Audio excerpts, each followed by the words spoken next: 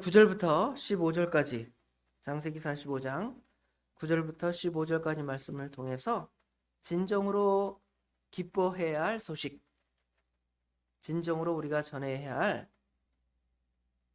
기쁜 소식이 뭐냐, 그것을 오늘 9절부터 15절의 말씀을 통해서 상고해 보도록 하겠습니다. 어제 1절부터 8절 말씀을 통해서 요셉이 자신의 형제들에게 드러내죠. 자신의 정체를 밝힙니다. 내가 당신들이 판 동생 요셉입니다. 그러나 그것 때문에 염려하고 걱정하지 마십시오. 당신들이 나를 판 것이 아니라 하나님께서 나를 이곳에 보내사 나로 하여금 큰 구원을 이루게 하심입니다. 그랬죠. 7절에 하나님이 큰 구원으로 당신들의 생명을 보존하고 당신들의 후손을 세상에 두시려고 나를 당신들보다 먼저 보내셨나니 그런즉 나를 이리로 보내니가 당신들이 아니요 하나님이시라. 하나님께서 나를 여기에 보내셨습니다. 염려하지 마십시오 하면서 자신의 정체를 드러내고 있습니다. 야곱의 가정에 생겼던 여러 문제, 어제 안개 정국이라고 그랬죠. 정말 알 수 없습니다. 자기들이 간첩 혐의도 쓰고요. 자기 형제 중이었던 시몬이 애굽의 감옥에 갇혀 있었습니다. 또 베냐민을 데리고 왔는데 베냐민도 어떻게 돼요? 은자를 훔쳤다는 혐의로 노예가 될 수밖에 없어요. 그렇죠? 아주 그 앞길이 정말 깜깜합니다. 그런데 하나님께서 유다에게 지혜를 주죠. 유다는 먼저 아버지를 설득하고 또 이제 동생이 노예가 될, 종이 될 그런 어려움이 생겨나니까 내가 대신 동생 대신에 당신의 노예가 될 테니까 내 동생은 보내달라는 것이죠. 내 동생을 보내지 않냐면 아버지가 슬퍼 죽을 것입니다 라는 그 유다의 말에 요셉이 감동이 됩니다. 아, 과연 우리 형님들이 좀 변했구나. 그 전에 나를 시기하고 나를 팔아먹던 형이 아니라 이제 가족들도 생각할 줄 알고 동생들도 생각할 줄 알고 아버지의 마음도 아는 우리 형님으로 변했구나 라는 것을 유다의 말을 통해서 알게 된 거예요. 그래서 이제 자기를 드러내니까 그로 인해서 지금 야곱의 가정에 생겼던 모든 문제가 다 해결이 되는 거예요. 심지어 가장 근본적인 문제였던 그 식량의 문제, 온 식구들이 이 기근의 때에 먹고 사는 문제, 외적인 문제가 다 해결되면 뭐 하겠습니까? 이제 먹을 것 없어 다 굶어 죽는다. 답이 없는 거죠. 그러나 그 문제까지 단번에 해결해 주신 것이 우리 하나님이심을 봅니다. 요셉은 형들에게 자기의 실체를 밝히며 말하기를 가서 빨리 아버지와 가족에게 이 기쁜 소식을 전하라는 것입니다. 이 기쁜 소식을 온 세상 전하세요. 성령이 오셨네 그랬잖아요. 아까 찬송가 부를 때. 그 기쁜 소식을 전하라. 또 예수님께서 부활하셨을 때에 그 예수님의 무덤가에 있던 천사들이 뭐라 그랬습니까? 가서 이 기쁜 소식을 전하라는 거, 형제들에게 전하는 거죠. 내가 먼저 갈릴리로 가겠다. 우리 주님께서 지금 여기 죽은 자 가운데 계시지 않고 살아서 갈릴리로 가서 너희를 배웁겠다라 그랬잖아요. 그 소식을 막달라 마리아와 또 예수님의 제자들도 전하잖아요. 그렇죠? 오늘 요셉이 그 살아있다는 그 소식을 누구에게 전하는 거예요? 야곱에게, 그 형제들이 전하는 거예요. 형들은 처음에 이 놀라운 사실을 믿을 수가 없습니다. 그러나 요셉이 베냐민을 끌어안고 우는 모습이나 그가 준 선물을 볼 때 믿지 않을 수가 없는 거예요. 야곱은 아마 이 소식을 들으면 어떨까요? 이 소식을 들으면 아마 뒤로 넘어갈지 모르겠습니다. 그렇죠? 자기는 죽었다고 아무 생각도 없는 아들이 살아있다 그러니 얼마나 깜짝 놀라겠습니까? 그럼에도 바로와 요셉이 보낸 선물을 보고 믿지 않을 수가 없습니다. 예수님께서 부활하신 소식 여기 없다. 지금 무덤을 봐라. 여기 시체가 있으면 예수님이 부활하신 거 아닌데 없잖아요. 누가 시체를 훔쳐갔나? 그러지 않잖아요. 하나님의 천사가 빈 무덤 보이면서 예수님 부활하셨다 딱 증언하자. 그렇죠? 이 모든 것을 볼 때 야곱은 하나님을 크게 찬양할 수밖에 없는 것입니다.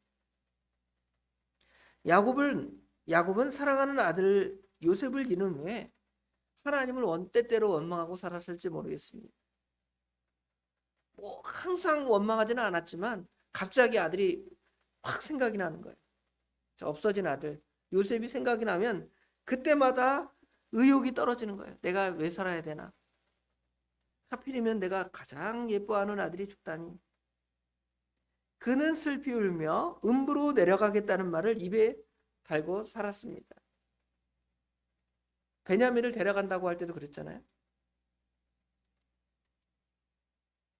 그러나 하나님은 도저히 믿을 수 없는 그 일을 지금 야곱에게 일어나게 하시고 또 야곱에게 그 소식을 전할 때에 야곱은 하나님을 어떻게 할 수밖에 없습니까? 하나님을 찬양할 수밖에 없죠. 예수님이 부활하신 것을 찬양하고 성령님이 우리 가운데 오신 것을 찬양하고 그렇죠? 더 자세히 보겠습니다. 9절부터 12절에 보면 그런데 더 중요한 게 있다는 것이죠. 더 기쁜 소식. 뭐가 더 기쁜 소식일까? 지금 형제가 살아있다. 깜짝 놀란 소식이잖아요. 그렇죠? 그런데 진짜 모르는 소식은 뭐냐면 7년의 흉년입니다. 7년의 흉년은 누구만 아냐면 하나님이 아시고요.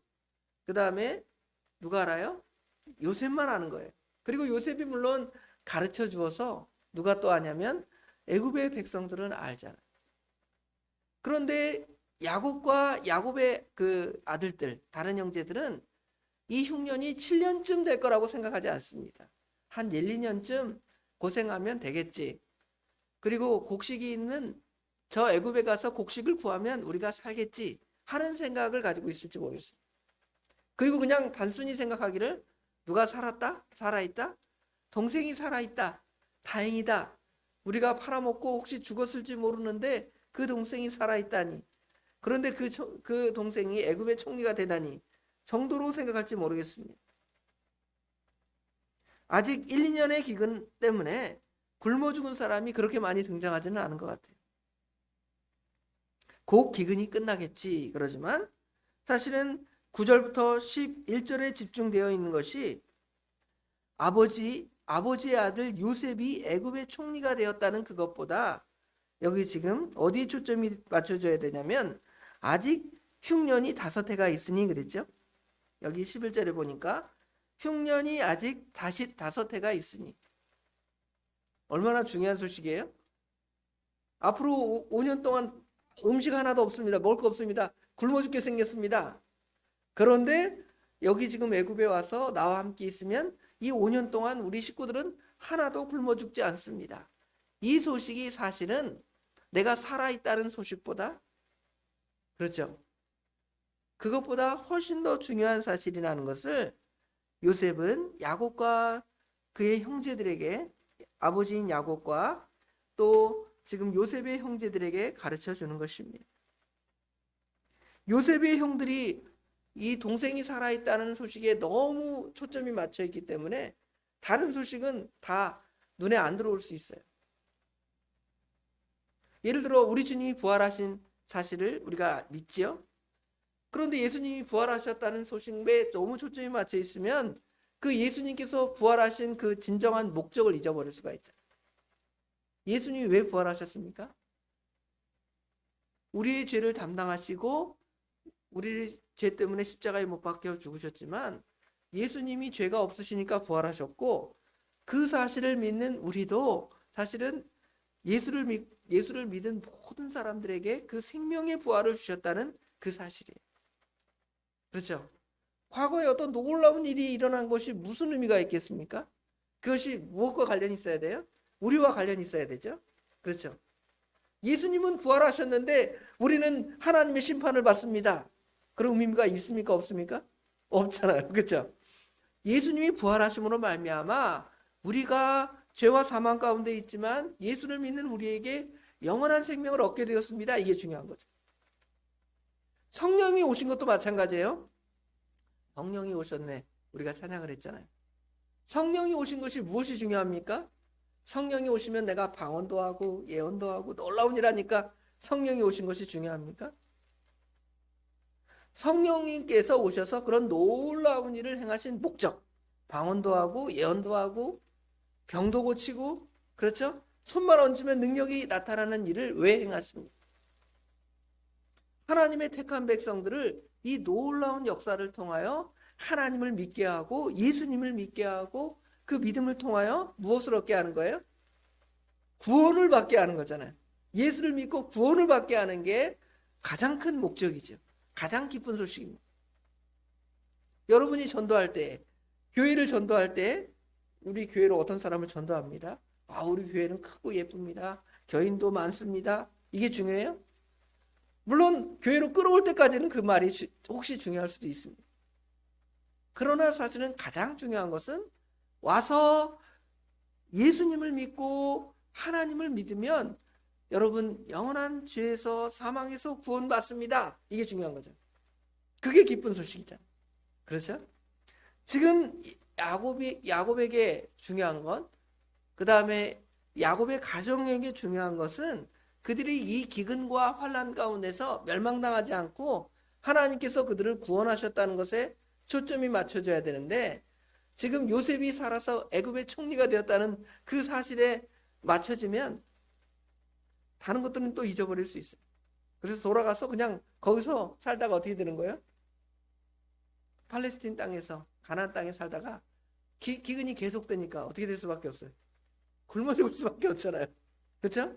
당신들 거기서 굶어 죽지 말고 나에게 와서, 이 고센 땅에 와서 당신들의 생명을 연장하고 나로부터 오는 하나님의 은혜를 받으세요 라는 것이 요셉이 야곱의 가족에게 전한 가장 중요한 핵심입니다.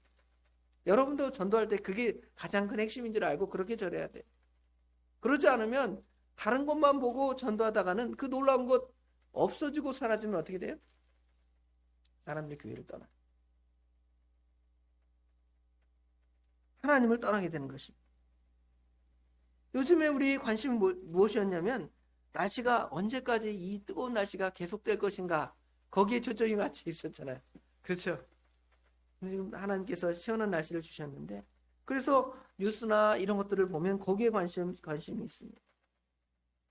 그러나 정작 중요한 것은 우리가 그 뜨거운 날씨 거기에 초점이 맞춰 있는 것이 아니라, 우리가 예수 그리스도를 믿지 않냐면 저 뜨거운 날씨보다 더 뜨거운 어디에 가요? 지옥 형벌을 받는 거예요. 얼마나 무섭습니까? 이거를 생각하면 우리가 이 더운 거 잘 참아낼 수 있어요. 감사합니다. 우리가 예수를 믿어서, 하나님을 믿어서 이 뜨거운 날씨 영원히 지속되는 그 하나님의 영원한 심판에 들어가지 않고 하나님께서 우리에게 구원을 주시니 감사합니다. 감사가 나올 거 아니에요? 근데 우리는 어디 초점이 맞춰 있어요? 언제 날씨가 좀 시원해질까? 그렇죠? 더워서 못 살겠다. 그렇죠? 에어컨이나 빵빵하게 틀어놓고 집에 있어야 되겠다. 이런 생각에 우리 인간의 초점이 한계가 있는 거예요. 그렇죠? 그러나 우리가 정작 무서워할 것은 죽은 후에 맞이할 하나님의 심판. 한 번 죽는 것은 정한 것이요, 사람에게 정한 것이라 그랬죠. 그 후에 심판이 있으라는 하나님의 그 말씀에 더 중요한 초점을 맞춰요. 그래서 우리가 제일 중요한 것은 예수님을 믿는 그 한 가지 사실, 그것이 가장 중요하다는 것입니다. 만약 죽음으로 모든 것이 끝나버린다면 우리가 예수님을 믿을 필요가 없죠. 고통도 죽은 다음에 끝이다, 아무것도 없이 사라진다, 그럼 우리가 예수를 믿을 필요가 뭐가 있습니까? 막 괴로우면 뭐 해버리면 돼요? 죽어버리면 되죠. 그런데 죽은 다음에 끝이 아닙니다. 죽은 다음에는 하나님의 심판이 있다는 것을 생각하면 우리가 예수님을 아니 영접할 수 없고 예수님을 통해 전해지는 그 기쁜 소식을 안 받아들일 수가 없습니다. 감사합니다. 요셉의 말을 들은 형들은 쉽게 믿지 못하는 눈치지만, 당장 그 요셉이 정확하게 말하잖아요. 순서를 다 형제들 나이도 쭉 알고, 그렇죠? 그 가정상 왜 이 형들은 처음에 왜 이렇게 물어볼까 사실은 절에서 애굽의 총리가 이것저것 다 따지고 물었구나. 다 알잖아요. 그리고 선물까지 가서 싸우지 마세요. 왜 선물까지 주면서 싸우지 말라고 그랬을까 보면 아마 이 기쁜 소식을 전할 때는 굉장한 충격이었지만 돌아가면서 아버지에게 그 소식을 전하러 갈 때에는 또 서로 싸우면서 야 너가 동생 팔아먹으라 할 때 제일 큰 소리 치지 않았냐? 네가 제일 나쁜 놈이야 하면서 서로 뭐 하는 거예요? 싸우고 다툴 수 있잖아.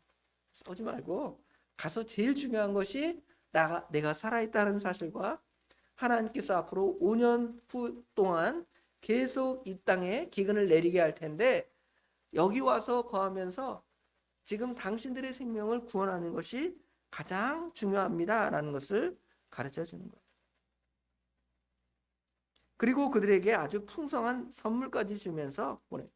선물 줄 필요 없죠. 어차피 여기 와서 같이 거할 건데 무슨 자꾸 물건 보따리를 가득 줘가지고 거기 같이 보내겠습니까? 그렇죠?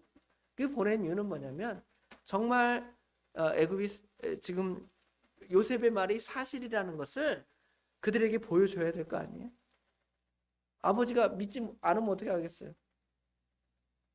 요셉이 살아있다는데 무슨 살아있어? 말도 안 되는 소리 하고 있어. 안 믿고 안 가면 어떻게 하겠어요? 그런데 애굽의 총리가 선물 보따리 이만큼 보내준 거, 그렇죠? 그렇죠? 지금 보고 와 진짜인가 보다. 가봐야 되겠다. 이런 마음이 생겨나게 할 거 아니에요. 여러분도 전도할 때 아까 말한 대로 교회의 어떤 장점 좋은 걸 막 설명을 해줘야 될 거 아니에요. 당장은 여기다 끌어놔야 될 거 아닙니까? 하나님 말씀을 들을 기회를 그 사람에게 줘야 될 거 아니에요.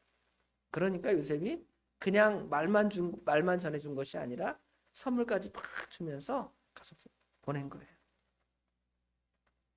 하나님의 나라에 잘 되는 것들을 우리가 잘 설득하고 전해서 오늘 지금 요셉이 살아있다는 사실 중요하지만 요셉이 그 살아있음을 통하여 하나님께서 이 이스라엘 백성들을 구원하시는 놀라운 역사를 예수님이 부활하시는 사실을 통하여 또 아니면 성령께서 우리 가운데 오셨다는 사실을 통하여 우리가 뭘 믿는 거예요? 우리에게 영원한 구원과 생명과 은혜 가운데 들어갔음을 우리가 믿는 거고요. 그것을 다른 사람들에게 전하는 그게 기쁜 소식을 전하는 이러한 기쁜 소식을 전하는 우리의 삶이 되기를 주님의 이름으로 축원합니다. 기도하겠습니다.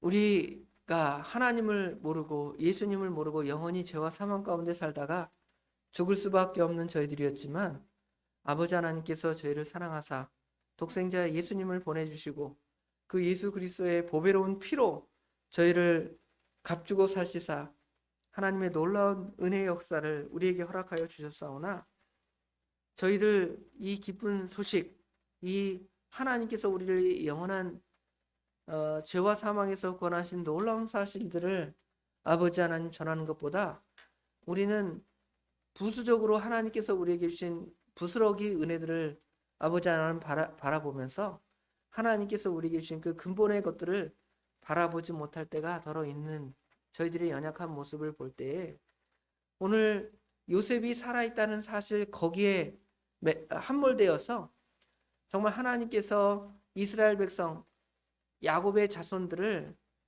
가나안 땅에서 구원해서 애굽으로 인도하고 거기서 하나님께서 이스라엘 백성을 창성하고 번성하게 하사 하나님의 나라 이스라엘 나라를 번성케 하시는 역사를 보게 하시려고 지금 하나님께서 야곱과 그 야곱의 가정을 가나안에서 떠나게 하사 애굽으로 끌어들이는 하나님의 놀라운 역사를 보게 하십니다.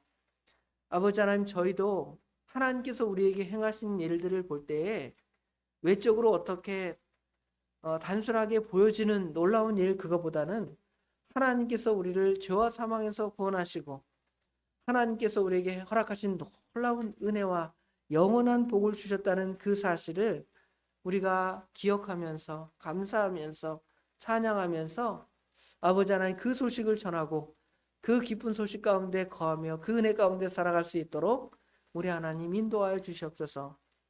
한 번 죽는 것은 사람에게 정한 것이요 그 후에 심판이 있으리라고 말씀하신 주님, 그러나 우리에게 심판이 있지 아니하고 예수님이 계시고 예수님을 통하여 우리가 영원한 생명을 얻는다는 그 기쁜 소식을 우리가 알고 받았사오니 우리가 당하는 세상의 여러 사소하고 작고 소소하고 미미한 것들을 아버지 하나님 그 근본으로 바라보지 않게 하시고 하나님께서 우리에게 행하신 그 크고 놀라운 일들을 바라보며 우리의 삶을 잘 살아갈 수 있도록 우리 하나님 인도하여 주시옵소서.